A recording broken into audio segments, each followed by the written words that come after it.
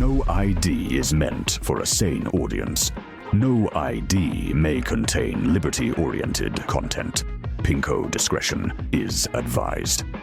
Now, here's No ID with Paul Banducci and Scott Moskowitz.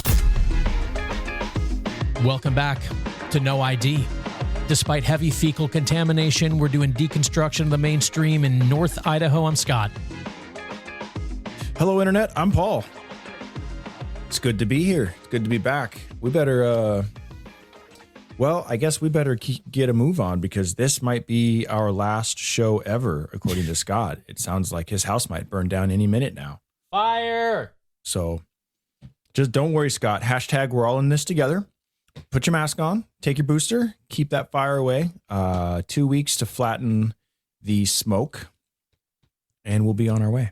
This fire is big and close. I feel like at least 3 masks is called for. At least 3 masks. Yep. I was sent a picture, I got to say, before we get right into this deep rabbit hole that we went down here, I went down. Sir Spook of Spokane and Dame Jen with a G, producers of this program. You all are producers, but they are executive producers and no agenda homies. Sir Spook of Spokane sent me a photo he was out on his pontoon boat out on the lake, and he sent me a photo of a pontoon boat next to him, and the guy driving the pontoon boat was wearing a surgical mask. No way. Seriously. Yes. In 2026. It was 2 days ago. Out on the lake. 2 days ago.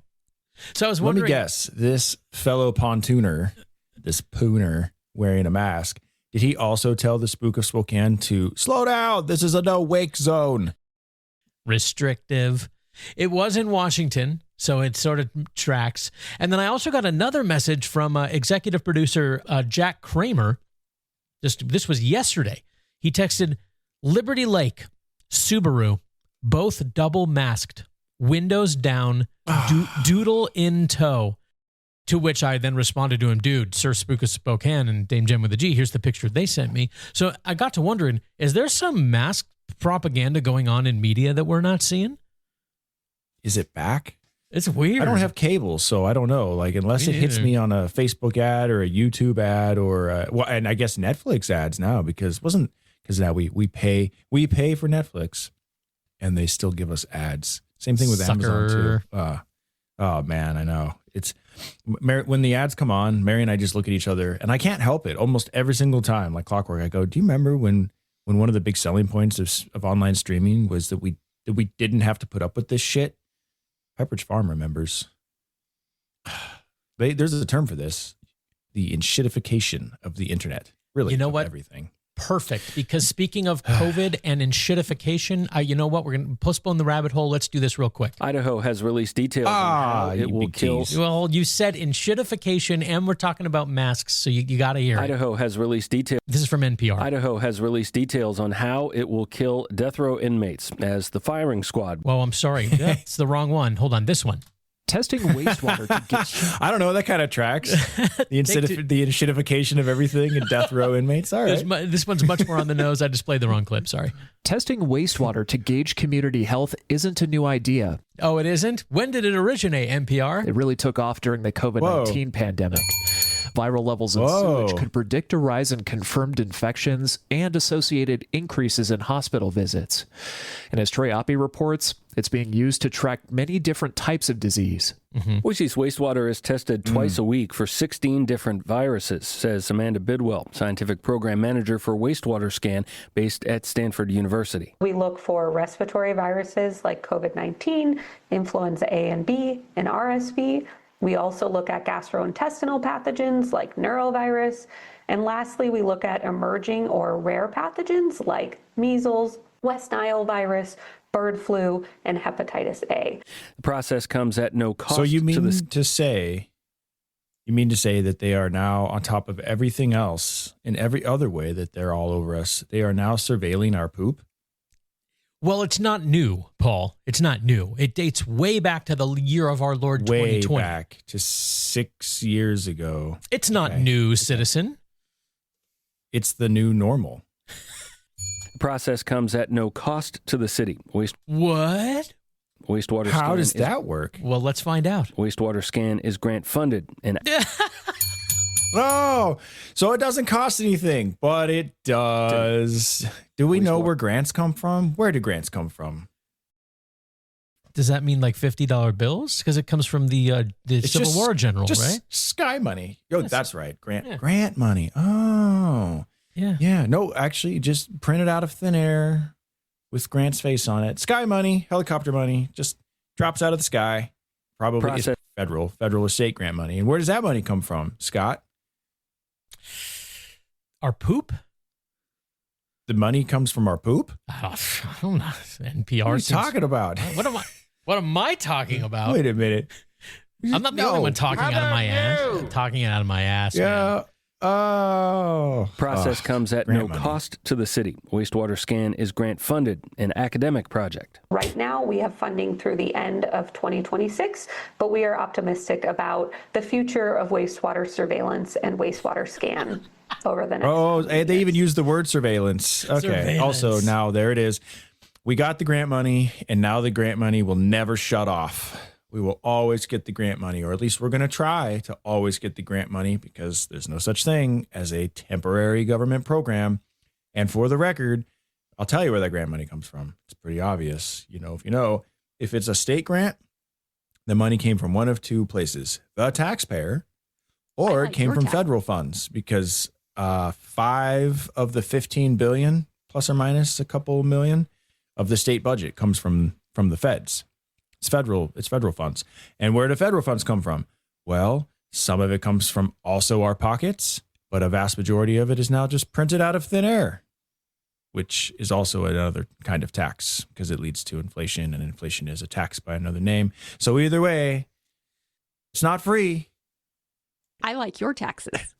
The city of Boise says user traffic to its wastewater testing dashboard online has declined overall as the pandemic continues to move further in the rearview mirror, but visits still spike during cold and flu season. Right now, COVID levels are low across the country, but wastewater data show a significant rise in rotavirus, both in Boise and nationally. So the COVID thing, yeah. But here's what to be scared about next. So these people who surveil our poop, would we call them shitentists? Thank you. Let's follow up quickly. Speaking of science, on the raw milk story, Giants, which we were not the only people to notice last week. I sent you some stuff on this. Is this did. what you're gonna cover? Yes. Yeah, you sent me a post from Paul Herndon, the brother of legislator Scott Herndon. Paul Herndon is soon to be legislator Scott Herndon. Soon to be. When does he take office? Well, he won the Republican primary. Oh, yeah, District 1 for senator. Duh. Yeah, so he still has to run in the general election up here in November. Although odds they're not great, they're not amazing, but they're pretty good. He should win as the Republican. Although enough faux Republicans up here are mad that an actual conservative Republican won, that what will probably happen in the general election is that a lot of them will switch back to what they were originally and vote for the Democratic candidate anyways. I guarantee you, with Paul Herndon as the Republican candidate up here, the Democrat candidate is going to have a lot more votes than they would on any average year. So stupid me jinxing it. So of course he won the primary, and let's hope he does well in the general. But his brother Paul is a raw milk dairy farmer, and a post of his came to your attention. And this is you and an accountant. Man, that seems like 2 full-time jobs. I say that because it's relevant. He's the Herndons. The Herndons are like on a personal level, they're okay. Their bedside manner is not great. They're both kind of assholes, but they're the kind of assholes I don't mind because they're highly intelligent. They're highly productive people. They are moral. They're ethical. Their bedside manner sucks. It sounds like you're describing yourself. Yeah, Paul Herndon. Boom. Takes one to know one. Somebody's on point today. Hey-oh. My kind of asshole. My kind of shitentist. Anyways, the reason why I brought that up is because Paul is a intelligent fellow. He's good with numbers, and he's been very successful with his dairy farm, which is incredibly hard. On a good day, running a dairy farm is very, very difficult. So when Paul speaks on a topic, he tends to have a very good grasp on that topic. So he is a worthwhile source to work with.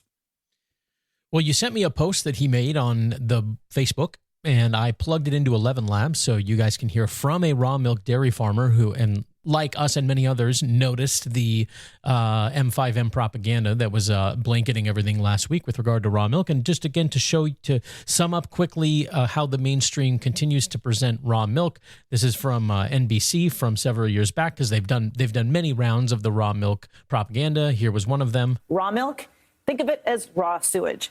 It's heavily fecal contaminated. Think about, where the cows, their feces are, So every quote report from the mainstream is a version of that with regard to raw milk. Here is Paul's Facebook post from a couple days ago, as read by a voice from 11 Labs. A couple of weeks ago, there was a story that propagated all over Idaho that was based on an IDHW press release related to raw milk, claiming 60 cases of campylobacteriosis between two dairies, supposedly in North Idaho, and then in the South.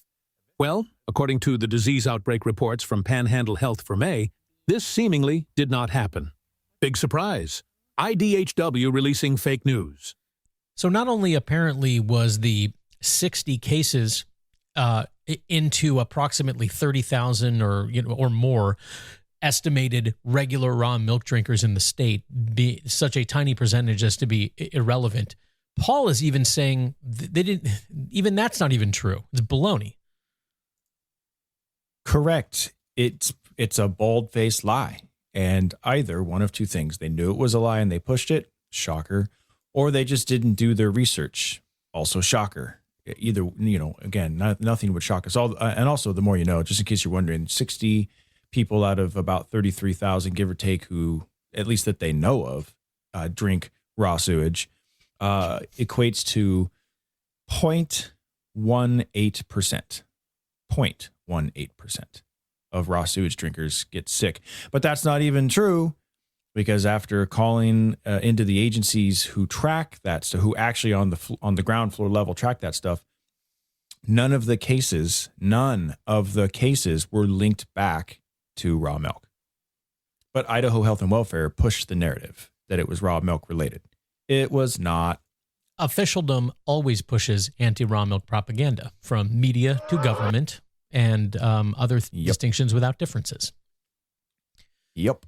And there was also further down on the thread, only like 2 comments down, another fellow dairy farmer or somebody who worked in the industry was like, yeah, I called in to the agencies, they named the agency. I sent you the screenshot. I forgot what the agency was called, but that's why I sent you the screenshot, Scott, so you could have that information available of who they called in. And that agency, that its literal job is to track these things, went, yeah, those cases exist, but no, everything we've tested for raw milk does not lead back to these cases.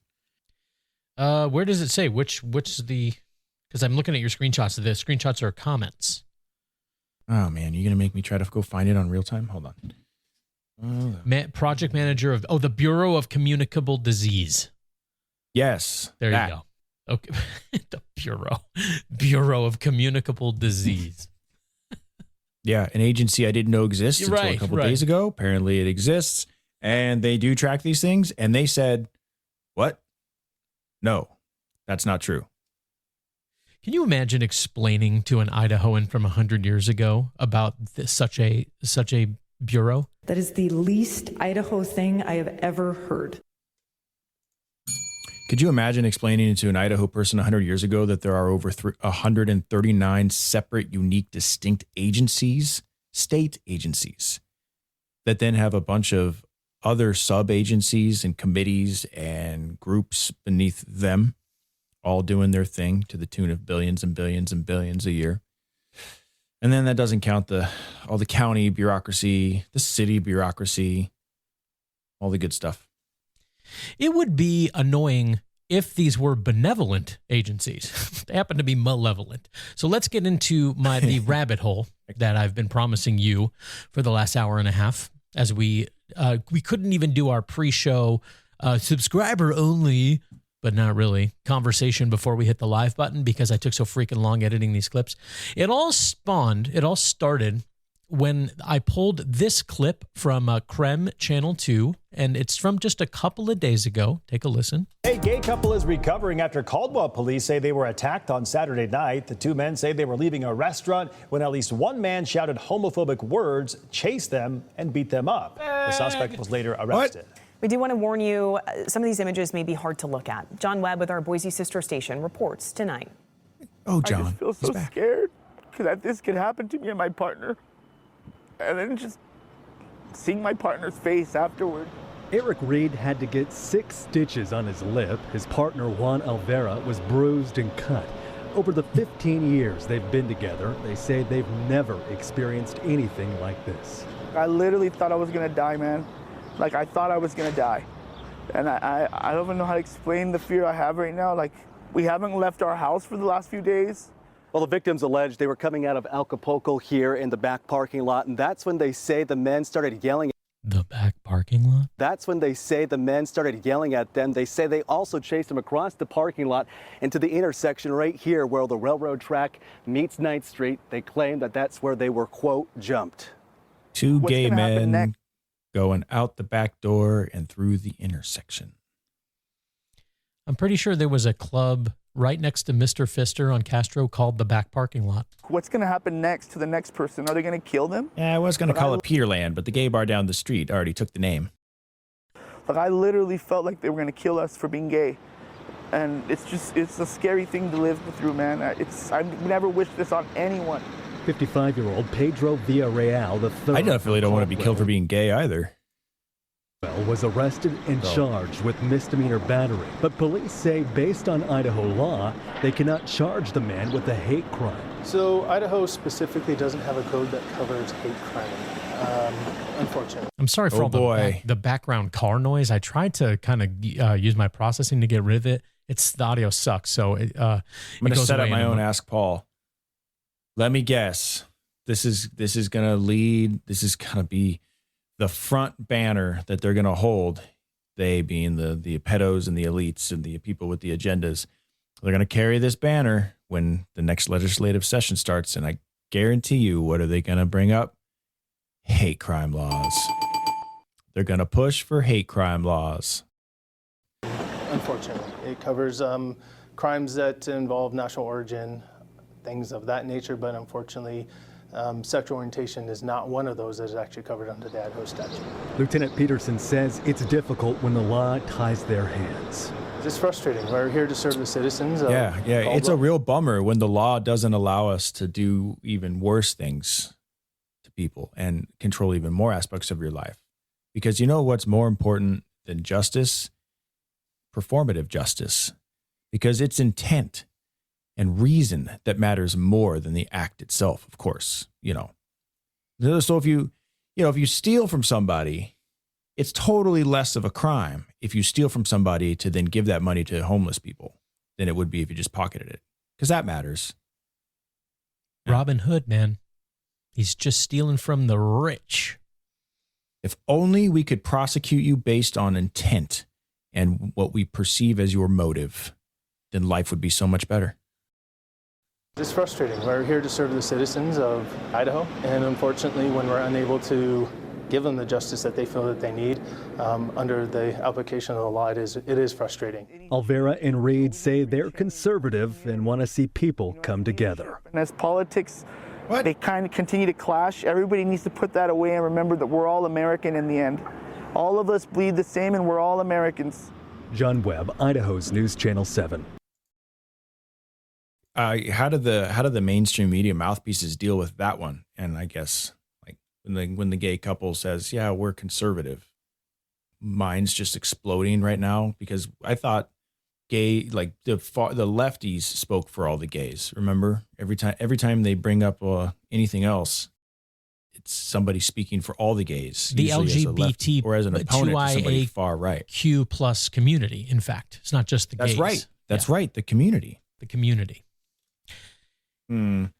Does the name Matthew Shepard ring a bell to you? Oh yeah, I'm very familiar. Well, I'm not like intimately familiar with that case, but I'm familiar enough to be dangerous.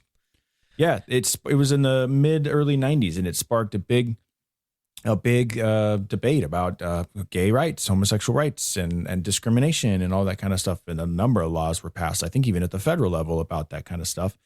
And the narrative pushed by the mainstream, super hardcore, was that older teenager or younger 20-something guy got taken out into the countryside of Wyoming, tied to a barbed wire fence and brutally beaten by like 2 or 3 straight dudes for the crime of being gay. When really what actually happened was the gay guy was a scumbag, just like everybody involved. They were all ne'er-do-wells and scumbags, and it was a drug deal gone bad.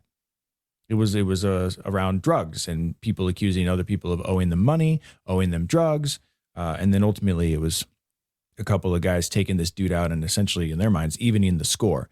But the victim happened to be gay. So they pushed the narrative of hate crime and all that entailed. And then, that was a big thing.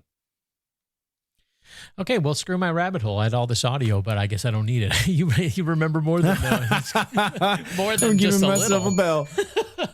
All right, Paul Banducci, have taken down the mighty Scott. Well, all right. I'm sorry. Scott's feeling this way right now. I hope you flip your bike over and knock your 2 front teeth out. Well, thanks for tuning in to No ID. Well, good. The good news is you have time now to evacuate and escape that fire, Scott. So You're welcome. I just did you a favor. Yeah. Pack up the artwork. You have lots of time to pack extra masks. I have a few different clips to illustrate sort of what I'm trying to present here. I was only really familiar with the sort of mainstream narrative of it until about 2013, when an author named Stephen Jimenez wrote a book called The Book of Matt. And he was hold on. Summarize who the author Stephen Jimenez was when he was looking into Matthew Shepard. Stephen Jimenez is a journalist and author who became widely known for his investigative work on the murder of Matthew Shepard. His book, The Book of Matt, challenged the prevailing narrative that Shepard's death was solely a homophobic hate crime. Instead, Jimenez argued that drug-related motives were a significant factor and that other complexities of Shepard's social life were being overlooked. Jimenez faced Yeah, but what was he, though? Like, was he working for 2020? Yes, Stephen Jimenez was working on his investigation around the Matthew Shepard case in the 2010s. Jimenez. But he really gained broader media attention around 2013 with his book, The Book of Matt. Yeah, but this is so fucking worthless. Chauncey, everyone. All of you out there who thought he should replace me, we're not there yet. He was he didn't set it. For one, he's gay. Stephen Jimenez. So yes, that's what you were getting at. One of the two things you were getting at. Yes, and for some reason, people think that is important. But I guess people think that it is. So it's only important when it's important, don't you know? Right. It only matters when it suits your narrative, when it suits your agenda. Exactly. So my understanding is that he was working for ABC. He was a mainstream journalist, and he just sort of got caught up in. The more he dug, the more he was like, "Wait a minute, like." The narrative is baloney. Like, there was obviously way more that was going on here. And the more he went and started talking to like witnesses and people who knew and people who were around that scene in Wyoming, in Laramie during that time, people were like, oh yeah, everybody knows that. Nobody thinks that this was a gay hate crime. Okay, so here, let's get to this audio. And the first and when Jimenez started out on this, he started out to prove the mainstream narrative because he was buying it hook, line, and sinker. So he had an agenda as a gay man. And then the more he dug, the more he went, oh. And back in 2013, there still was a such thing as at least a somewhat genuine journalist. I don't think those exist anymore, but, so he wrote about it. Here is an NBC News clip from 2018. For 21 years, Matthew Shepard worshipped in an Episcopal church. Today, the full pews and pageantry at the National Cathedral were all for him. Shepard was brutally attacked in 1998, tied to a fence and left to die, targeted because he was gay. Back then, his family quietly took his ashes home, fearing any burial ground in Wyoming might be vandalized. But when the National Cathedral offered recently to inter his ashes, his parents say it felt right. Matt loved the church so much. He'll feel at home here. Is it hard? Yes, it is. He's moving away. This is from... It must be just awesome for his parents who have capitalized on this tragedy and turned it into something it's not. I'm sure I can't help but point that out. It's pretty gross. Here is a clip from KCRA3. It's a local news out of Modesto, Stockton, Sacramento. This clip is from 2015. Had to include that. A lot of people talking about this, Kelly, and in the midst of the national debate over religious freedom laws and gay rights, the parents of Matthew Shepard took their message to Sacramento today. He was murdered in an anti-gay hate crime in Wyoming 17 years ago. KCRA3's Claire Dewan spoke with them about what they're still fighting to change. Dennis and Judy Shepard say closure is just an imaginary concept. You always have that hole in your heart. I mean, the Mother's Day cards, the Father's Day cards, the birthday cards. Their son Matthew Shepard was robbed, beaten, tied to a fence, and left to die. The anti-gay hate crime became a rallying cry for activists. There's no such thing as gay rights. People use that as a buzzword, as a flash word. It's equal rights. So they've been pushing for social acceptance of and civil rights protections for the LGBT community. We get letters from folks. Boy, that didn't age well, did it? The parents that they wish their own parents could be, and which is gratifying that they trust us, but heartbreaking that their own parents aren't there for them. Their efforts led to the Shepard-Byrd Hate Crimes Prevention Act 5 years ago. U.S. Attorney Ben Wagner.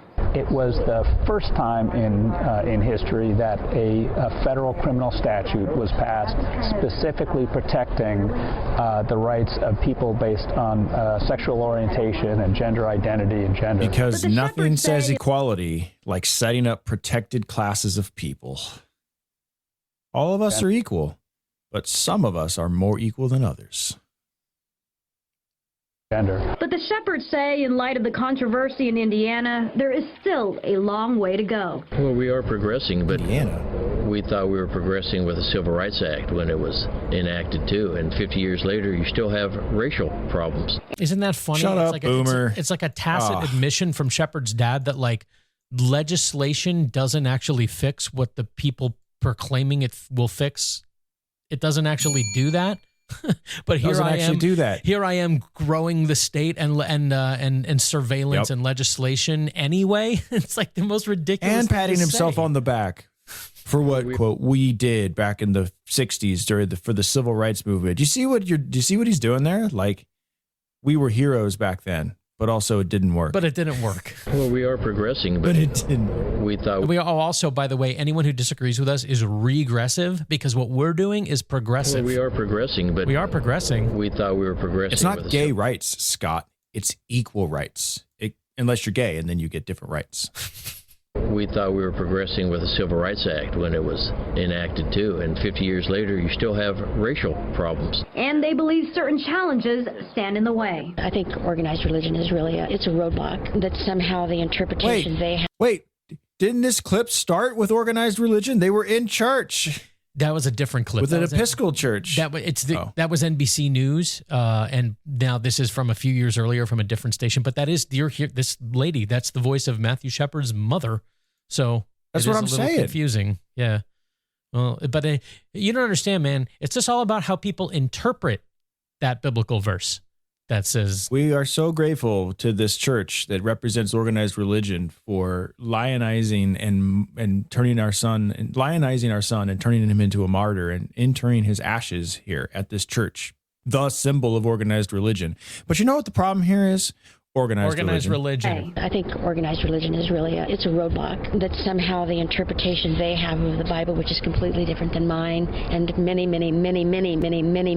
others, says that being gay is somehow offensive to God's eyes. I don't believe that. While they will never get closure for Matt's death, they believe fighting for equal rights is the best way to celebrate his memory. He had great hugs. Hugged with his whole body. He was a hugger. In Sacramento, Claire My Dewan, gay son hugged with his whole body. Very emotional story. Well, the Crest Theater will show a documentary about Matthew Shepard in a couple of weeks. I'm sure that documentary was full of factual information and really was illuminating with regard to who Matthew Shepard was. Finally, here, and I'll tie it into the clip we heard at the beginning about the gay couple that was beaten within an inch of their lives in Idaho on Saturday night, and they had a swollen lip or something. Here is a little bit longer, so stick with it. This is from the Redacted show, and it's hosted by it's like a former Fox. The show is called Redacted? Redacted, yeah. And a similar vibe to us, nice sort of questioning mainstream narratives. It's like a former Fox News host and somebody. It doesn't even matter. Not as cool as us. Certainly not, man. They cover the world, and we just cover Idaho, so obviously we're way cooler. The hate crime laws being used in Boulder today trace back to a very specific case, the killing of Matthew Shepard in 1998. But what if we were not told the truth about this case? And in fact, we were not. Now, this story relates not only to Gay Pride Month, which just kicked off a few days ago, but isn't it interesting? This is running during Gay Pride Month, the Idaho gay couple that was mercilessly beaten outside of Acapulco. A few days ago, but also to That's not intentional at all. No. The only thing missing from that hate crime was somebody wearing a red hat saying, "This is Trump America." This is Trump country. Trump country. And, it'll just be awesome if in 2 weeks it turns out that, these gays paid some other gays to pretend to beat them up and be like, okay, now you got to hit me, but not too hard, but you got to hit me in the face so they can see it. I want 6 stitches, not 12, 6. It's perfect. They learned from the Juicy Smollett thing, because it was that's what I'm referring to. Yeah, it was 157 below at 3:00 in the morning in Chicago. So they were like, well, we have to make it a little more plausible this time. So how about just a Saturday night? My favorite part is that in that particular case, the guy paid illegal immigrants to do it. He paid foreigners to do the dirty deed and pretend to rob him and beat him up. And then they got it, and then they botched it, and then they got found out, and then it turns out that the whole thing was a hoax.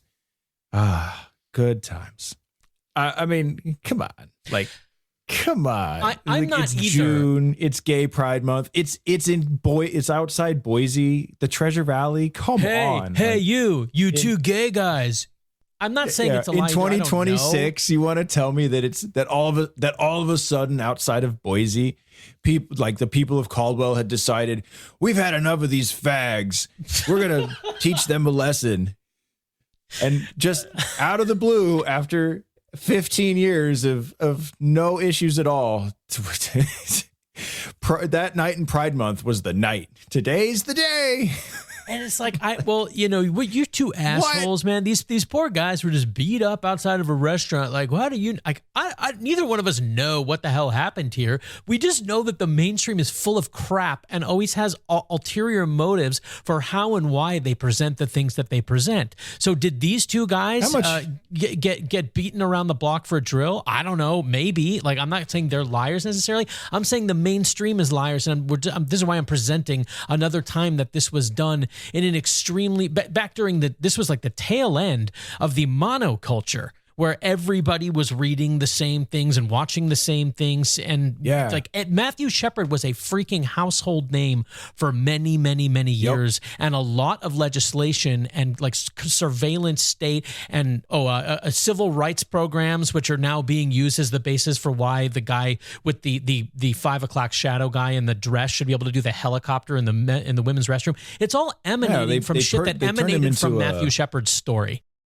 Which the whole premise of which was false, and they turned him into a martyr. Exactly, and they turned him into a hero. They turned him into the poster child for quote unquote gay / equal rights. It's wild stuff. Back to the Idaho case, though. How much you want to bet that those homos just hustled somebody in a game of pool, and because if somebody they hustled somebody and then they got chased out the way, and in the process of getting their shit kicked in, their shit pushed in, it was slurs were said because, if I'm beating up a guy and I'm pissed off and be like, take that fag, hustle me at pool, pow, pow. And then that later it's it was a hate crime. I was like, well, I mean, isn't every crime a hate crime when it's personal like that? It's you don't go out of your way to pound on somebody if you'd like them. He took the pool cue and did that thing where he motioned it toward his mouth and then stuck his tongue in his cheek and made it look like the cue was pushing out the other. Okay. It's like, hey guys, you want to see a magic trick? And the pool cue disappeared. Okay. I want to present the rest of this redacted clip because it goes into a little more detail about what was going on and who Matthew Shepard truly was. So you summed it up, but I want to do it in a little bit more detail because I rabbit holed it. So I don't know. Fast forward if you don't want to hear it. Excruciating. Yeah, it is. Just you know what? You have a fast forward button on your device. Go right ahead if you really don't want to hear it. But also to the hate crime laws that are being used to prosecute the firebomber in Boulder, Colorado. Crazed attacker. Gay pride flag in the background. So here we go. How do these two things come together? It is uncomfortable. It's a story about how grief was weaponized, well-intended grief. A myth became law, and now that law is giving the government the right to punish thought. Labeling something a hate crime may feel satisfying, but it is dangerous because our legal system is supposed to guarantee equal justice under the law. Adding extra punishment That's where you're wrong, based kiddo. on intent or emotion risks undermining that very principle. It opens the door to thought policing, punishing people more harshly, not just for what they did, but what we think motivated that. And can you see how then our own rights will be eroded under this? So it's in 3 parts. I thought this was America. Huh? Isn't this America? I'm sorry. I thought this was America. Ironically, Thought crime. Ironically, hate crime laws gained momentum under the Clinton administration following the 1998 death of Matthew Shepard. The media story was based on so many lies it's hard to count. We were manipulated not only into the gay pride movement, but also to sign off on the very notion of hate crimes. The Clinton administration jumped right into the Shepard case before an investigation had taken place. President Clinton even called the hospital and gave a national speech about bigotry. 10 years later, we got this. Yeah, the moral crusader, Bill Clinton. Can you imagine, especially looking back, it's like unbelievable that, you know what? Commentary not needed. Never mind. 10 years later, we got this. President Obama signed the Matthew Shepard and James Byrd Jr. Hate Crimes Prevention Act. It added new protections from hate crimes for sexual orientation, gender identity, gender and disability. It removed federally protected activity requirements. So previously, a hate crime had to occur during specific federal activity like voting or attending school. Now, the new law removed that restriction so the federal government can prosecute hate crimes even if the victim was not engaged in such activity. So as you can imagine, this new power allowed the government to prosecute thought, to track ideologies, to expand its own power based on intention. Exactly. Yeah, so the implication here and what it has become is that, for example, if you mug somebody and they're gay, now instead of a mugging, it's a hate crime. Even if you didn't even know, even if you had no clue they were gay when you took their wallet, now it can be prosecuted as a hate crime and for worse penalty than you would get if it was just a mugging. Because in the world we live in, it's more heinous to commit a hate crime against a protected class than it is to just commit a regular crime against anybody. But it's like it's retarded on its face because whoever you mugged is a something. They mugged you. You're an Italian American. They mugged me. I'm a Jew. They mugged my wife. She's a woman. Everybody is a something. Yeah. No, I mean, you said it. You hit the head on the nail when you said it's retarded on its face. And it's because most people have the IQ of a cold bowl of soup, and so do almost all of the glorious leaders that they elect. Even worse. It's like watching a bunch of retards trying to fuck a doorknob out there. Here in part 3 is some of the details of what really was behind the whole Matthew Shepard was tied to a fence post on account of he's gay. Now, the public was sold this story of Matthew Shepard's death as an innocent man who was beaten to death for making a pass at a straight man. But in-depth reporting tells a very different story. Yeah, he did. He passed him some drugs. The amazing reporting of Stephen Jimenez shows that the public was told a lie, not only to expand government powers, but to sell the gay rights movement and lie to gay Americans about the true danger that Matthew Shepard was involved in that got him killed, which was drugs and prostitution, not hitting on straight people.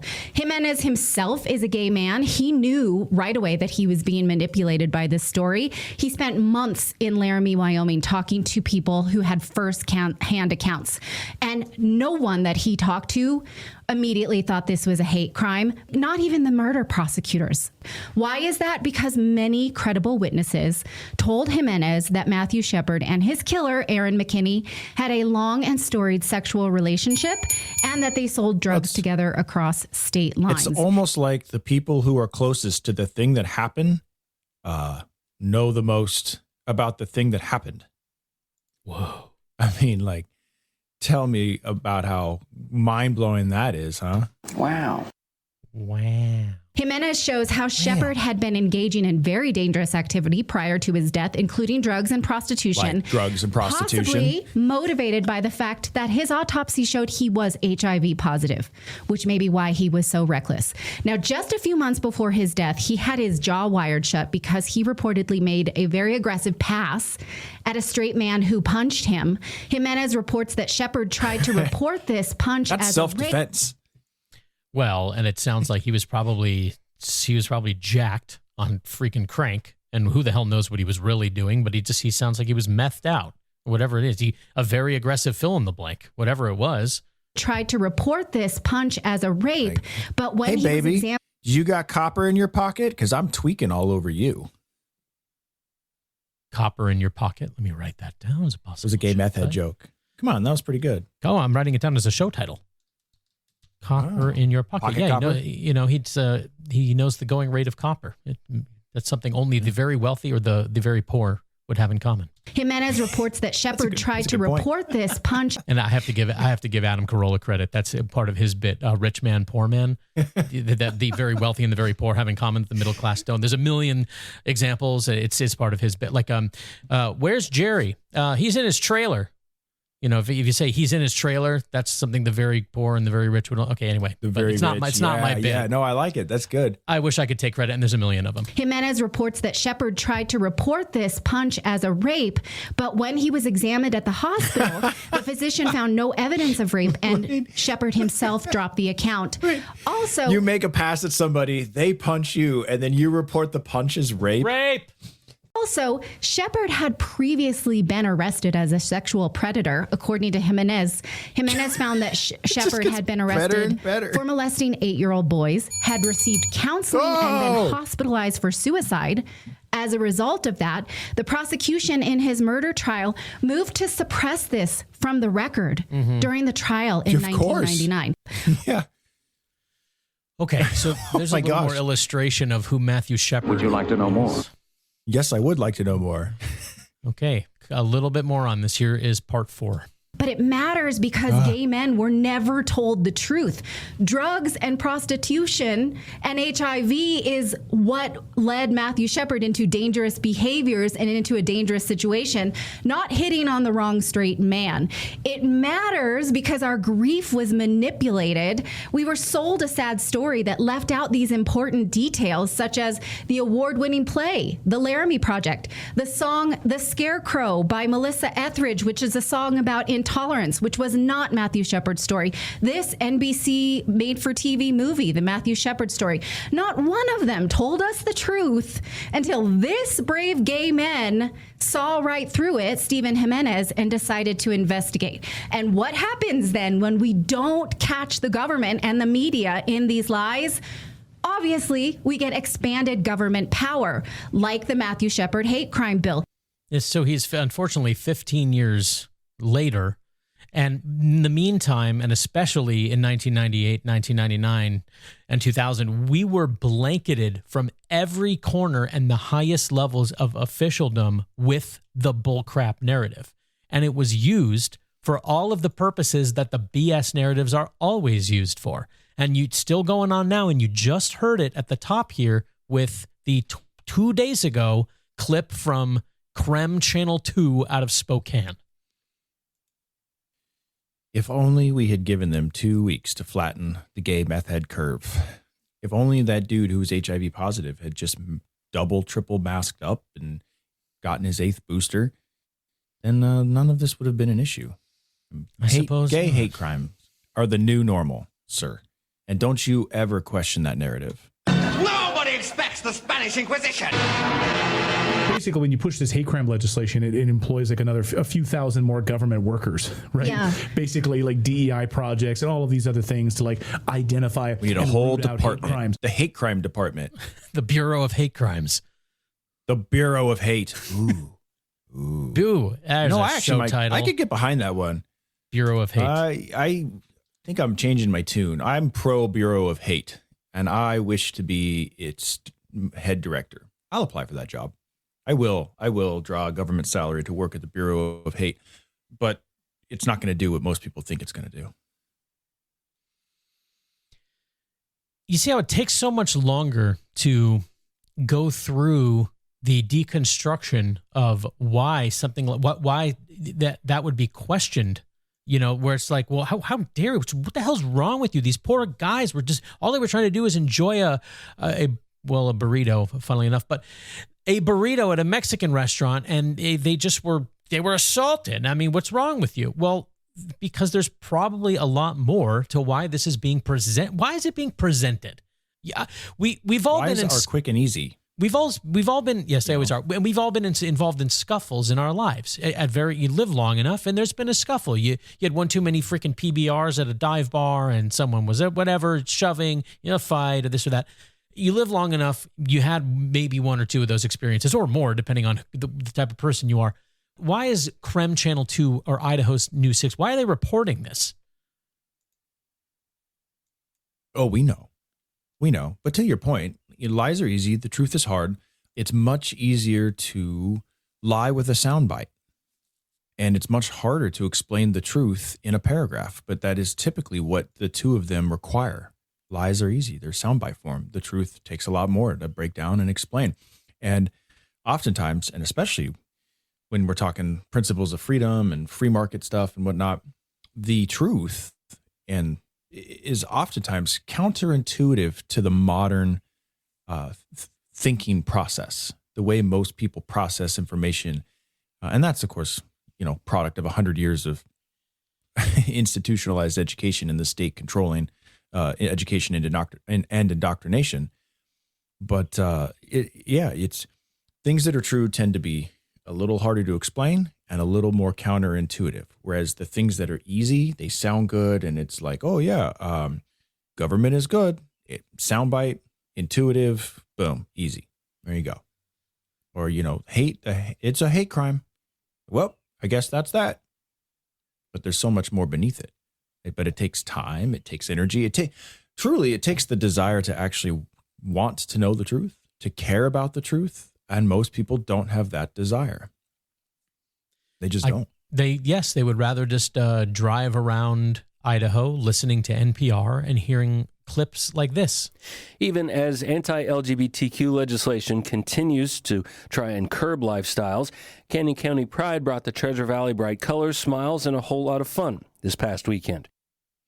I'm sure they did. Yeah, and that's, 8 seconds long, and how even as us KKK far-right haters are attempting to ruin people's lifestyles, all of the good people had fun.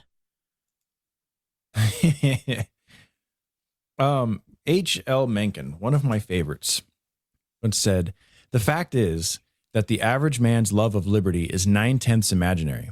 Much like his love of and sense of justice and truth, liberty is not a thing for the great masses of men. It is the exclusive possession of a small and disreputable minority, like knowledge, courage, and honor.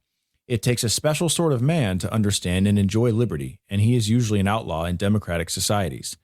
So the reason why I bring this up is because you can easily slot in also the truth or breaking down the mainstream narrative. That slots in here because 90% of people who claim to care about the truth really don't. They're not interested in putting in the work because it takes work. It takes a lot of effort to find the truth, and it takes the ability to wrestle with that which directly contradicts your worldview at times, or contradicts what you think you know, or forces you to change your position or your narrative if you are moored to principles that are immutable and do not change, such as for us, the principles of self-ownership and liberty and free markets and things like that.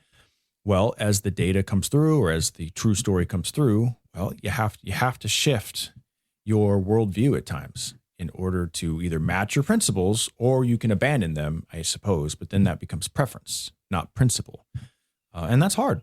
Most people, they aren't interested in it. They aren't capable of it. It's uncomfortable. So to the overarching point, why is the truth so elusive? Why is it so hard to get out there? Because even now, if you were to ask most people about the Matt Shepard thing, they would tell you, oh yeah, hate crime. Yep. They don't know any better, and they don't care to know any better. It's also very uncomfortable to confront the premise that officialdom is so malevolent. Like that, oh my God, everything we were told was bullcrap. A lot of the people that pushed what they pushed they knew the story was BS, and they were just using it as a cudgel to ram through the blah, blah. That's a really disconcerting premise. Well, not only that, but it's a foundation shaking thing. Yes. Like if you have a foundation that is built upon trusting those in authority, if you believe in the system, if you believe our glorious leaders who run the system are to be trusted or are worthwhile, or, if you have any sort of stock in the system, then anything that can shake that belief is anathema. You want to insulate yourself from it. And that's how people behave. So you run into the same stuff. A really good example that I come across often in the more conservative circles is with cops and the military. There are a lot of former police officers and tons and tons and tons of former military, and a lot of them who cross both orbits, who really drink the blue Kool-Aid and drink the Army green BDU colored Kool-Aid. And it is a part of their identity. And so when you start, myself as a libertarian, as an anarchist, and I start breaking some of the concepts down, because these people will be like, yeah, fuck the government, I'm for freedom. And I'm like, are you though? Let's ride this logic train to its inevitable conclusion. And if you believe in these institutions that, quite frankly, are the ones most responsible for putting the jackboot on the neck of other people, but you claim to be for freedom, well, let's unpack this. And the walls go up and they get very upset and defensive because it is a core foundational belief system. It is a part of who they are. It is their identity. And that is really tough to grapple with. Last little part of this before mid-show. And of course, Bill Clinton and the Janet Reno and all of them rallied around this idea. Songs were written about it. You could hear and talk about it when I lived in the state of Montana. Tell me you're in a cult without telling me you're in a cult. Yeah, they rallied around the guy with the acoustic guitar, and that guy's name was Bill Clinton. So I think a lot of people have been duped into this story over the years. And the person who ran then the Matthew Shepard charity was a Clinton lawyer, a former Clinton lawyer. Like, money was raised on this. Our grief was weaponized. We meant well, right? Yeah. We didn't know. It sells, Why baby. lie to us in order to expand government powers? I'm mad as shit. I mean, why is outrage so easy to push? Money. It makes me think of earlier in one of the clips when Matt Shepard's parents were like, we'll never have closure on this. Well, of course you won't have closure on this. You can never have closure on this. Why? Hello. I like money. Yeah. Because the moment you have closure, the gravy train stops. That's the reason why every agency that's ever been created never goes away. It just engages in mission creep. Or like the Southern Law Poverty Center, they quite literally just hire people to be super racist so they then can invent racist events and justify their own existence. Because once you've solved the problem, the need for your existence no longer exists. Well, we around here have not solved the money problem, but we're approaching it in a much more honest fashion. We run on the value for value model on no ID. Unlike selling phony baloney narratives in order to extract large amounts of money from people who do not really even know where their money's going or why or agree or know their ass from their elbow, apparently, including me until something like 2013. We just run on a straight up value for value model, which means this. We try to put out the value with every show that we release. Every Thursday, the show comes out, and there's no paywalls and there's no nothing. It's just the show, and we try to make it valuable. If you find the show valuable, we ask that you return value to us via time, talent, or treasure. That's it. Super direct. Doesn't rely on any weird manipulative mechanisms. Time and talent is what it sounds like. It means sending us stuff like audio clips, sending us stuff like news links, articles, boots on the ground reports, your area of expertise, any form of sending us stuff that you think would work well in the show or stuff you think we should know, or show art, which today, episode number 33 of No ID, I have show art that was submitted by Dan of the Dead that I will be using, and it is, I haven't sent it to you yet because you're gonna get the reveal as soon as the show is posted, just like everybody else. Nice. Yep, it's a good one. Thank you, Dan of the Dead, for sending in show art. It's never been easier to do, and it is great value returned. So thanks, Dan of the Dead, for the show art for today. Telling people about the show is big value returned in the time category, and that just means letting people know about the show if you enjoy it. Yes, please. Anybody you think that would like it, and actually even if you're not even sure, shows like this grow from word of mouth. So big value returned is letting people know about this program. Here are a couple of follow-ups, speaking of value returned, in the form of, hey, I hear this and I look that up, or I know this, and so I'm going to send a note. Here is a note from, well, there's actually two notes on the Ponderay County firefighter putting his phone underneath the door and trying to get video of his coworker in the shower. So that one, wouldn't you know it? It was our old friend and former runs in firefighter circles, Kevin Killian. Kevin Killian said, there's funnily enough, there's more than one note about that story. So the first one, yes, was from Kevin Killian, who texted us, hey dudes, the Ponderay County firefighters are all involved are volunteers. So no taxpayer payout on that one. Well, that really did make me feel better. Thank you very much. It did make me feel better, as did knowing that it wasn't a crime of gay passion. It was just a crime of heterosexual passion. That's the next one, yes. And so thank you for the value returned, executive producer Kevin Killian. I slept like a baby that night after I read that. This other note is from Bob Norris's Tundra, who says... He said the firefighter, he wasn't very nice in his note though. He said the firefighter in the shower, it was a woman. It's easy to find that out just by searching. And then, I don't know, he or she linked a note to a spokesman review story that Bob Norris's Tundra linked. And it says, according to court documents, Martin Shear was arrested for attempted voyeurism after Fire Chief Christopher Haynes reported a woman barricading herself in the bathroom after seeing a phone camera pointed in her direction after she finished showering. Shear pleaded not guilty to the charge, blah, blah. When deputies arrived, the two worked together as firefighters. When deputies confronted Shear about the photos, he said he hadn't taken any photos. It's not mine. And he said he had been checking to see if the heater mounted on the wall near the bathroom was working. The thermostat, however, is on the opposite side of the room, according to court documents. After searching through Shear's phone, deputies discovered a deleted video taken in May that was taken from the floor and showed the shower. Based on the video I saw and what she described, I believe this is not the first time Shear had done this, Deputy Daniel Berkey wrote. And it goes on, but apparently this has been a chronic thing, and he is straight. It sounds like a pattern of behavior. Kind of does. Well, you're right, Bob Norris's Tundra. That was searchable, and we are remiss in making a thing about nothing. But hey, man, gays are prosecuted, dude, so leave us alone, Hate crime. Hate crime. Why don't you just back off? And I think this is a hate crime against us. Scott's at least like half Jew. He checks some boxes. Why don't you back off? I'm a purebred, Tundra bro. guy. I'm a 99% purebred. Never mind. He's an alpha Jew. Right. I did the 23andMe, man. It came out as 99.3% Ashkenazi Jew. No cap. Nice. So thank you for the... So there you go. Hate crime.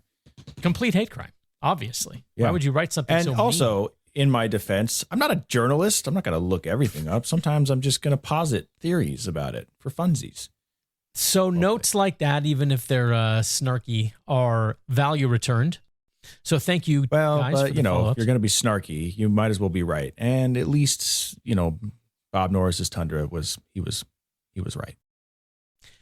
Now on to the treasure portion of Time, Talent, and Treasure. And we have a couple this week. And not only did executive producer Kevin Killian contribute time in the Time, Talent, Treasure model, he also contributed treasure with 3333.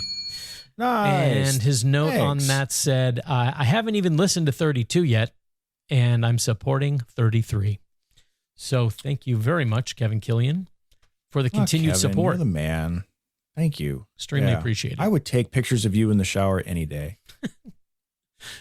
One other 3333 came in from Idaho Outlaw 88, and it says, Ooh, I like the name. In the morning, congrats on 33 episodes. Thanks. Short note. Thanks, Idaho Outlaw. I love the name. Very We're gonna be appreciated. friends. If we're not friends already.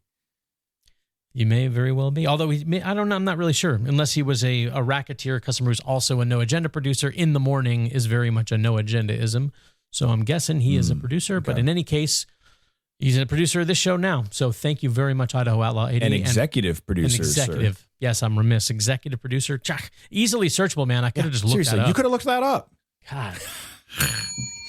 And then finally here is this. He said, please keep me anonymous, so I will not say the name, but it is a shiny schmeckle, which is $9.99. Oh, my soundboard's all rearranged. God damn it. That's okay. I got this. No. I'll take you down there for 25 schmeckles. 25 schmeckles? I don't know how much. I don't know what that is. Is that a lot? There it is. $9.99. The note says, here is a shiny schmeckle. Charles Ponzi was an asshole. And then there's a link to the wiki article on Charles Ponzi, this came up on the last show that Charles Ponzi had given skin to a nurse earlier in his life, and that he maybe had some selfless tendencies and wasn't just. Listen to the first line of the wiki article that was linked by Anonymous. Charles Ponzi, born Carlo Pietro Giovanni Guccimelli, he has like 6 names, was an Italian charlatan and con artist who operated in the United States and Canada. That's the opening line from the wiki article. An Italian charlatan? Dude, I've used that word recently several times. Make charlatan great again. It's a fantastic word, and it is not used enough. But boy, it could be. There's a lot of applicable scenarios for that word. I love that. Nice. If somebody ever writes something about me, man, that's not a bad opening line. Paul Banducci was roguishly handsome and a charlatan. You think the roguishly handsome part would be first? I mean, I'll settle for what I can get first, last. It doesn't matter. The important part is that they notice. I did like it. It is a little. I don't know. I didn't know the freaking guy. I just read this biography that it was a much longer form sort of dive into Scott, his you life. could have looked it up. It was easily searchable. You're right. I could have just looked up that he was an Italian charlatan and then that's it. I mean, it's a headline, man. It takes about 2 seconds. You got to soundbite this. Yeah, of course. It's going to sound something like looked this. It up. Even as anti-LGBTQ legislation continues to try and curb lifestyles. Yeah, that's it. He's an Italian charlatan. You lost me. I'm lost. What are we doing here? Oh, I'm just the notion that it's that simple. It's like he's just a charlatan and a con artist. Like, they're just anti-LGBT. It's those one line, one sentence. Like, no, it's a whole biography. It's just more complicated than that. I thought you were going to play me a soundbite of ourselves saying, look it up already. Thought maybe you'd already soundbited it. So I was waiting for that. No, and then it said you went a different direction, and I still didn't understand what you were doing there. But now, okay, I get it. Man, if you were driving on the highway right now, you'd get a ticket for erratic driving, sir. I know. That was a little esoteric. It made sense in my mind. On my Brewing Network setup, I had another computer such that I could record in real time and I could pull sound bites in real time. But I don't have that set up here. I probably should add it at some point so that I can do stuff Make like sound that. bites great again. But all I'm saying is that it was just a bit of a deeper dive. It seemed like it was a little more complicated than just like, oh, he was an asshole. Like, you know, I think he legitimately thought he could make money with this thing. And like, did he con people? Did it get away from him? Was he? Yeah, I mean, yes, he was very convincing. But it was more complicated than just he was an asshole and he was just trying to scheme everybody. The truth always is. Oh, almost always. Okay, so thus wrappeth the value for value. Thank you, everyone, very kindly. Please return value to the show at noidshow.com. All of the ways to return value, time, talent, and treasure is all through the portal of noidshow.com. Indeed. Very, very much Kevin appreciated. Killian, Idaho Outlaw 88, and Anonymous. Thank you very much for your monetary value for value additions. And thank you, Dan, for your show art, which I haven't seen yet. So it better be good because I'm pre-thanking you. Well, I'm going to give you a little bit of a hint, very small spoiler. It does include imagery of the Dark Tower, so you may or may not love it. I can't wait.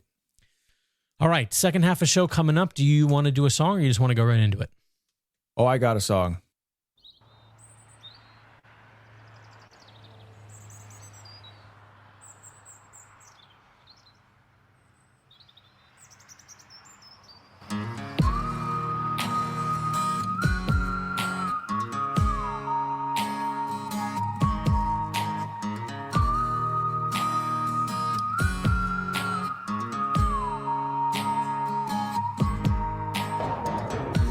To a cloudy day, dark rolls in and it starts to rain. Staring out to the cage like walls. Time goes by and the shadows crawl. Crushing candy, crushing pills. Got no job, mom pays my bills. Texting exes, get my fills. Sweating bullets, Netflix chills. World's out there singing the blues. 20 more dead on the evening news. Think to myself, really what's the use? I'm just like you, I was born to lose. Why, oh why can't you just fix me? When all I want to feel numb, but the medication's all gone. Why, oh why does God hate me? When all I want to get high and forget this so-called life. I am so freaking bored, nothing to do today. I guess I'll sit around and medicate.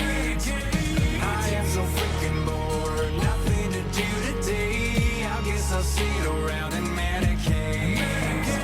Can't wait to feel better than I ever will. Tack that shit like a kid on Benadryl. Chase it down with a hopeful smile. Hate myself, I can go for miles. They say family's all you need. Someone to trust can help you breathe. Inhale that drug, but you start to choke. You fall on the outs of an inside joke. Why, oh why can't you just fix me?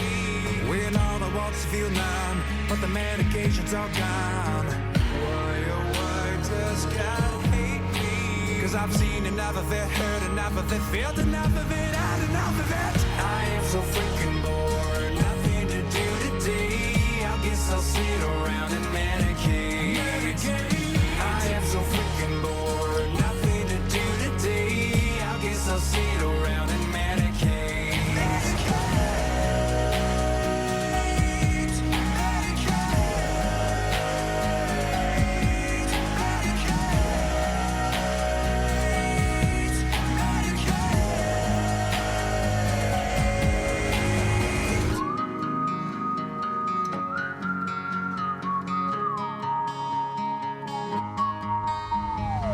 Superman is a hero, but only when his mind is clear though. He needs that fix like the rest of us, so he's got no fear when he saves that bus. All the stars in the Hollywood Hills, Snapchat Live when they pop them pills. All those flavors of the rainbow, too bad that shit don't work though.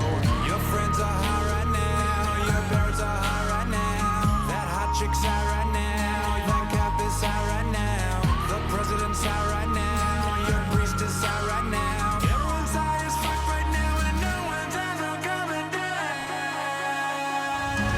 I am so freaking bored, nothing to do today. I guess I'll sit around and medicate. I am so freaking bored, nothing to do today. I guess I'll sit around and medicate.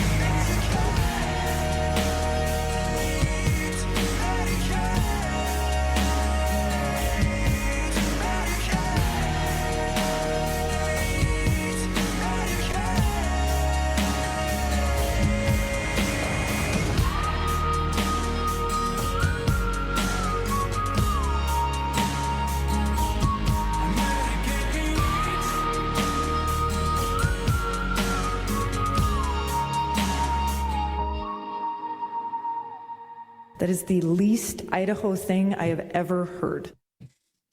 So what I've decided to do over the last few episodes, and I think I'm going to keep doing it, is I'm going to usually, for the first couple times, I had my songs picked out ahead of time. And now what I'm doing is, depending on the direction of things, I pick a song based on the kind of overarching topic. And I didn't want to pick a song that focused too hard on the gay angle, so I went with a song that focused more on the drug angle. Also, gay, because I know we have another article another happening we're gonna break down, I think. So it all tracks. So just in case anybody's ever wondering, like, what the hell, why this song? Well, it's none of your business, but that's why. Sounds like Paul is turning into a podcaster. Am I? Ooh. I would say so. And it only took me 9 months. But on episode 33, you have arrived. Told you I was a quick learner. Hit me with it. Speaking of being a quick learner, you know what time it is. Mm-hmm. Full send. Full send. Hold on, I'm going to get into the cold plunge. Dude, you better. Actually, you got to be in good shape for this one. You got to get your cardio up. You really got to get your cardio up. That's cold. Because if you don't have good cardio, it might not go so well for you. I'm numb. Okay. So, after people pushing for years, in 2025, the CDC finally was forced to release some reports. One of the really important reports was an amalgamation of the reported safety signals, basically the CDC's analysis of VAERS, VAERS, which is essentially this official program or platform you go to report vaccine injury, right? Yeah, injuries or adverse events, they call them, but basically fuck ups, injuries. You're hurt because you took a vaccine. They're called adverse events, vaccine adverse events. And these numbers they're underreported as they are, because figure for every, now I'm postulating here, but I got to figure for every one that reported, there was at least one who didn't. And that's probably being charitable. It's probably like, probably more like 1 to 3 or 1 to 5, because you know how that is. We all know how that is. You only ever file a report, the how am I driving, or they give us your feedback. Nobody ever takes the time to fill those out or send those back unless it's 1 star or 5 stars. There's nothing in between. I think it's extremely generous to even say 4 or 5 to 1. It's got to be like 20 to 1. I don't even think it's even probably close. Yeah. But let's just say, for the sake of perceived balance and fair, it's 1 to 5. Anyways, after several FOIA requests, like dozens of FOIA requests and whatnot, the CDC finally had to release some of the numbers. And I'll tell you, there's a reason why they really didn't want to do it. It's a 3-parter. First question, Scott, is broadly how, and this is from 2026 to 2020, the data was collected from 2020 to like 2024. Okay. 2025. I think maybe the end of 24, the beginning of 25, because they released this in 25. So it's probably a smaller window even than that. Cumulative. How many adverse events do you think were reported? Man, this is going to be sort of a blind guess. I don't really know the ballpark to work from. Like if it's 1,000 or 100,000 or 100. So I'm going to blind guess it. I was going to say like 50,000. Oh, no. Boo. I like how you went 1 star or 5 stars. It was like 250,000. They're saying there were 250,000 adverse event reports. Yeah. Okay. That they were that were recorded. Yeah. 250,000. Part 2, and this is why cardio is so important, Scott. How many of them, just a raw number, you don't need to give me a percentage. You can if you want, I guess, but they're one and the same at this point. How many of them were cardiovascular? Well, the myocarditis thing was supposed to be a big side effect of the mRNA shots.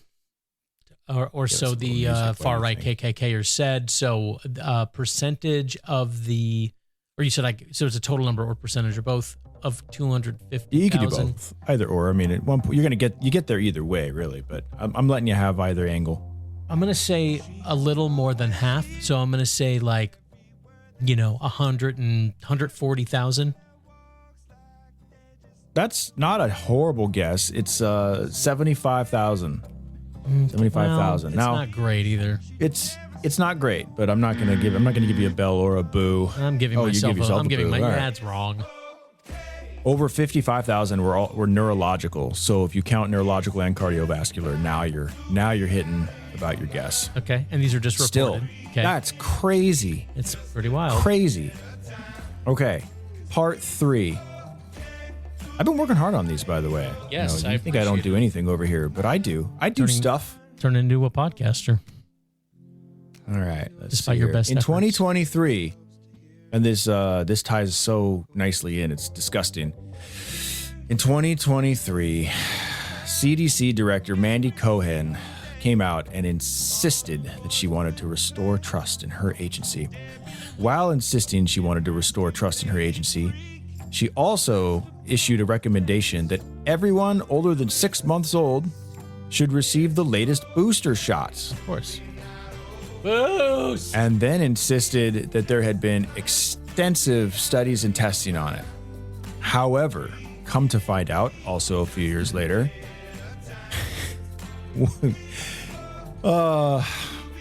there were 2 different boosters, one from Pfizer, so sponsored by Pfizer, and one from Moderna. The one made by Pfizer was based on data from a study that studied a group of blank. Brought to you by Pfizer. Rats. Hey! Based on data from a study of 10 mice. Mice, yeah. The Moderna one was based on a group of blank. I'm tempted to say also mice. Hold on, where'd it go? Here we go. Oh. It actually was based on a study of people. What? 50 people. 50 whole people. One of whom suffered an adverse event requiring medical attention immediately afterwards. We don't know what kind of adverse event because the company won't tell us, and neither will the CDC. And the company that stood to profit from the product conducted the study on its safety? Do I have that right? Yeah. Okay. Yeah. Let's clarify. And that's what CDC Director Mandy Cohen went off of when she told us all we should get one. Including infants. You cannot hate the government enough. The entire purpose of the CDC and the FDA supposedly is to prevent this kind of stuff. They shout it from the rooftops that without them, society would collapse. But here we are. Let's see if I can do both of these back to back. Hold on. Ready? We're here. The state. Brought to you by Pfizer. Speaking of society collapsing, I'm going to help segue us into the next one that I definitely want to cover. There's a substance that has been just destroying society lately, and all the townships in Idaho, one by one, seem to be wanting to tackle it and do something about it because 4 people somewhere in Idaho died one time, not even at the same time. Well, Bill Clinton and Janet Reno gave an impassioned moral speech about the dangers of this particular product. This morning in North Idaho news, the Kootenai County Sheriff and other county leaders had a town hall in Coeur d'Alene last night. It was all to talk about the dangers of Kratom. The herbal supplement is legal in Coeur d'Alene, but some other Idaho cities like Kellogg and Idaho Falls have it banned. In Washington, it's also banned in Spokane and Spokane Valley. Kootenai County Coroner Duke Johnson says there were 4 Kratom-related deaths in the county last year alone. Sure there were. The 4 active ingredients. 4. Well, and even we're all going to die. The man who handles dead people said there are 4 dead people because of Kratom in the entire, out of 2.1 million people, 4 died from Kratom. We better ban that shit, and we better ban it right now. What you talking about, man? I don't do drugs. We're all gonna die. The active ingredient, 7-OH metragenine, is known to be 13 times more powerful than morphine. So something that... Coroner Johnson then took a swig off of his flask and continued. Morphine. So something that powerful should not be sold in gas stations and convenience stores. From our point of view, there should be some strong legislation coming forward. That being said, the revenue from Idaho state liquor stores, though, is very important for our budget. I'm Duke Johnson.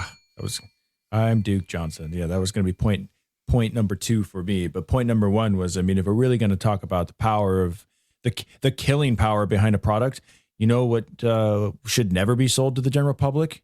Cars. Just on the time they had this town hall, 4 people died on the highway. None of those all 4 that drivers, horsepower, it's too much.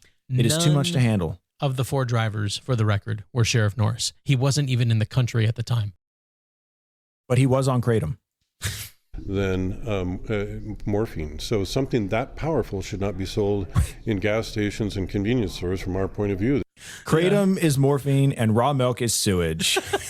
There should be some strong legislation coming forward. Strong legislation. The legislation is going to be stronger than Kratom. In gas stations and convenience stores, from our point of view, there should be some strong legislation coming forward. Johnson says he supports banning the supplement in Idaho. Of course he does. In the Idaho legislature last session that would have either completely banned or regulated Kratom. We have played on this program some of the audio from those Kratom discussions in the last legislative session, and it essentially amounted to the pro side going, "We love Kratom and it cures all ills," and then the con side being like, "My daughter died of Kratom."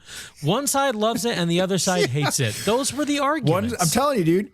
1 star, 5 stars. Like this is the simulation we live in. It's telling you thing is 1 stars or 5 stars. Jesus. And it's a total retard parade. Okay, it's another show title. Hold on. Write that down. I don't think we could do it because we get throttled. You can call it 5-star retard parade. So and ridiculous. That's it. And this is our last episode because the ban hammer is coming. I don't even know who can ban us, but somebody's going to do it. Dr. Duke Johnson can. It can give us a very strong ban. Whatever. Fuck that guy. I don't. You're not my dad. You can't tell me how much morphine I can and can't take. It probably was a Kratom deal gone bad that killed Matt Shepard. That's probably what it was, man. It wasn't about the hookers and blow. It was about the Kratom. That sweet, sweet morphine-like Kratom. That's what got him. They were known to be dealing Kratom across state lines in between their sessions. That's probably why those 2 gays in Boise got beat up, too, the other week. It was a Kratom deal gone wrong. I'm telling you, it's an epidemic. These gays and their Kratom deals, they got to be stopped. I just feel so scared. Because this could happen to me and my partner. And then so do your customers. Seeing my partner's face afterward. Yeah. After he used Kratom. I've never had an interest in Kratom ever. But the more these bastards are trying to ban it, the more I want to go buy some just on principle. Kidding. Shut up and take my money. Seriously. No, I'm with you on that. You know what, though? This is the last one. Now I kind of want to try it. Last one we'll do for this week. If you do try to buy it, you're going to get taxed. Idahoans, every trip to the grocery store comes with an extra charge, a 6% charge, the highest in the country. There is absolutely no reason for us to be taxing people's food, but that's what we do. You shouldn't have to pay tax to eat the food at the family dinner table, but we do it. Hey, would you like to hear a story, Scott? Governor Otter's last year as governor. So we're talking 8 years ago now, give or take. What is it, 2026? Yeah, I think that was 8 years ago. The legislature, in a bipartisan effort, by the way, it was bipartisan, passed a law eliminating the sales tax. Would you like to know what happened to that bill? Mm-hmm. Yeah, Governor Otto vetoed it after campaigning on it, by the way. Oh, you know who else has campaigned on it after taking Otter's place? You can guess. 49,000. Governor Little.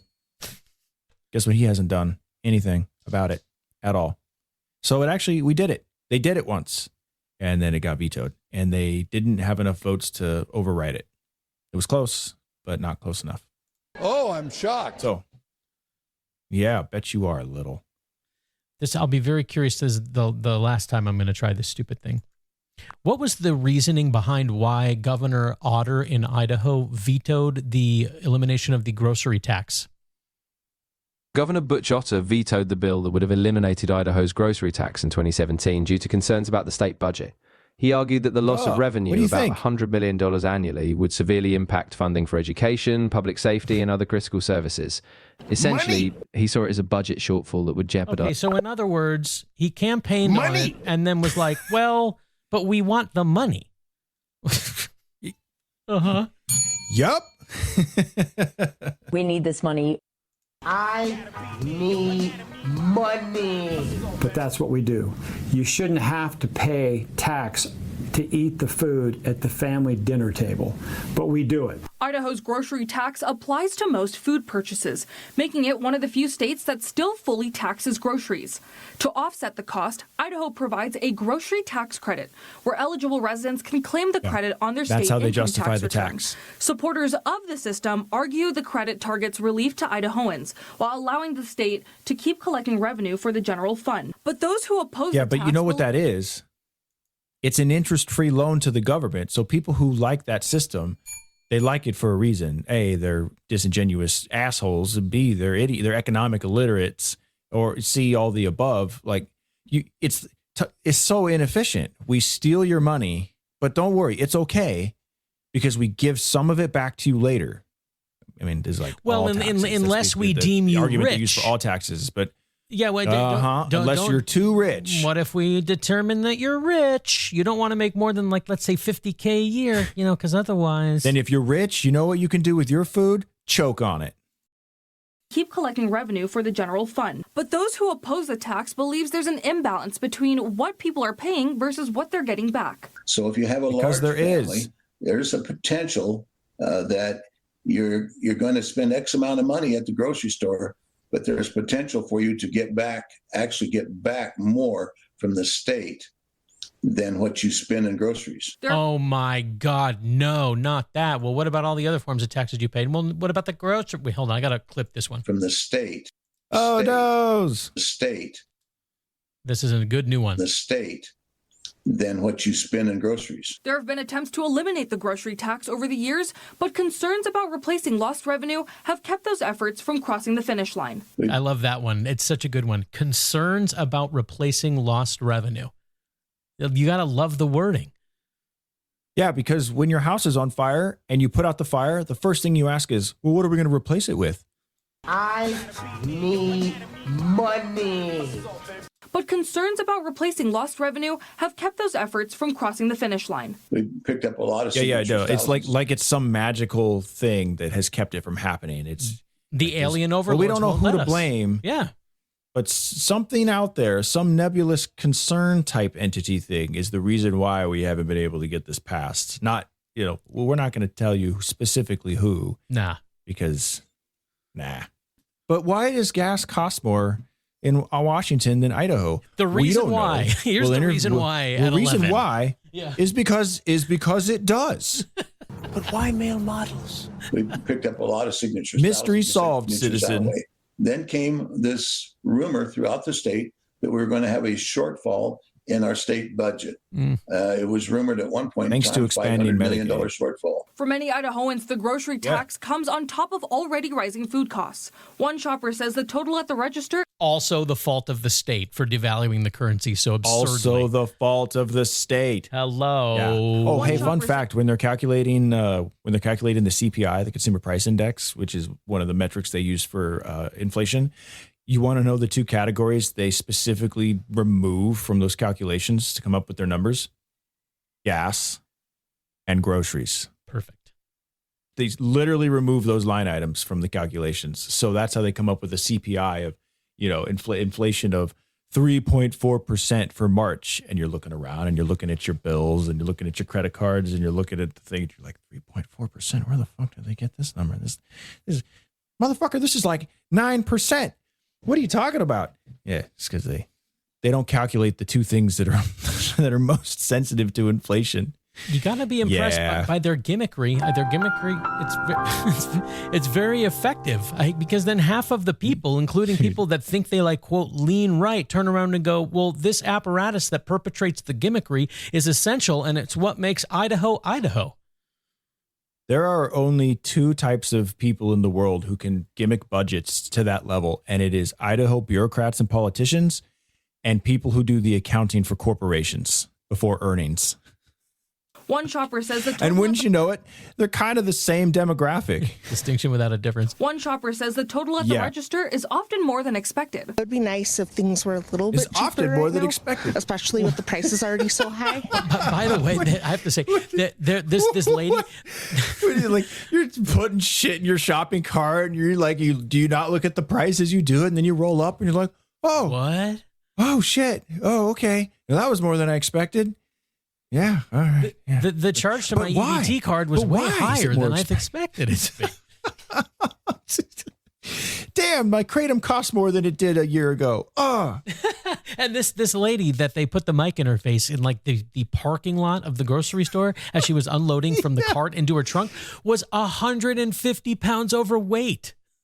Oh, of course she was. Of course she was. Dude, she just sounded like, I don't know how this happened. I go to the store, I spend more money than I mean to. Nice if things were a little bit cheaper right now, especially with the prices already so high. Yeah, you got that right. At least she said, she's right about that. She said especially. So she's got one up on the Boise State professor. Especially with the prices already so high. All right, we'll give her that. They keep climbing, and so if they're already taking us too, lady. You know that meme where the goose is chasing the person? Like, we're that goose. I'm that goose. But why, Linda? Why are the prices still climbing? But why? Why are they so high? Why does your money cost? Why is your money worth less, Linda? Why do you not have purchasing power, Linda? Why? If they're already taking tax, and you add the tax. And so sometimes I'm like, wow, I thought I was not spending that much. My position is the grocery sales tax is an immoral tax. You shouldn't have to pay tax to breathe. You shouldn't have to pay tax to drink water. And you shouldn't have to pay tax to eat food. This guy's on a roll. If the government has to tax you on food, they're just spending too much money. Now, as the cost of food continues to rise, the question whether Idaho should keep taxing groceries is expected to be a major conversation out at the Capitol. Miley C. Pursuth, Local News 8. Now, this clip was just absolutely full of future sound drops, so be prepared thyself because you're going to hear a bunch from that particular one. I can't wait. All right. My family's home. All I'm coming up. Dinner. I am ready. All coming up on episode 34 and beyond. I am so excited for my dinner that I just got taxed on. Fantastic. This is way more than I'm going to sit down in my meal. I'm going to look at it and I'm going to be like, yeah, I think I paid $7 in sales tax on this bad boy. I'm doing my part. Hold on. Where's the correct volume? Still haven't dialed it. There we go. You're doing your part, man. Keeping our benevolent leaders watching over us and just, looking after our safety and our health. Nothing says I care about you like telling them, shut up and give me your money while you eat. And don't you dare chase that dinner with raw milk. Raw milk? Think of it as raw sewage. Yep. Yeppers. Well, I have no idea if this journey on episode 33 was enjoyable or enraging or funny or any combination of the above. But if it was, and it otherwise provided value to you, please remember us at noidshow.com. It was good for me. Was it good for you too? Hold on. Am I going to be able to, before I'm over here, am I going to be able to play this? Hold on, where are you? I just feel so scared because this could happen to me and my partner. So I guess it wasn't. NoIDShow.com. Please return value, time, talent, or treasure if you found our show valuable. Thank you to everyone who contributed in all of those ways for episode 33. Yes, thank you. And we really appreciate it. We really do. Thank you. For real. Until episode 34, if any of this region is still standing after the wildfires from Post Falls, I'm Scott. And I'm Paul. Taxation is theft.